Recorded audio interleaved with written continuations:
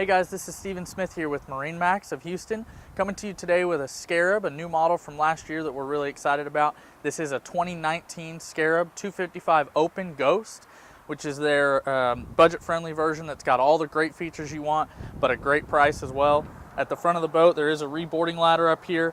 There's storage in the center and two additional storage boxes here. They've got these open areas right here that you can put coolers underneath. There is a cushion kit that you could add to the front to make this a little more family friendly. There's a ski locker built into the floor. Plenty of storage. It's a very deep open ski locker. One of the great things about this model that people love is this extremely large compartment. You can see the cushions and backrest that we've stored in there. You could also put a head or another cooler in that compartment there. It's a great storage area. As we make our way back to the helm, you'll notice how tall these gunnels are. This is something unique for a boat in this size range. There's a lot of safety. You feel very comfortable in the boat, but it also only drafts 17 inches. At the helm, you can see a very great layout with tilt steering, digital throttle controls on the twin 150 horsepower Rotaxes.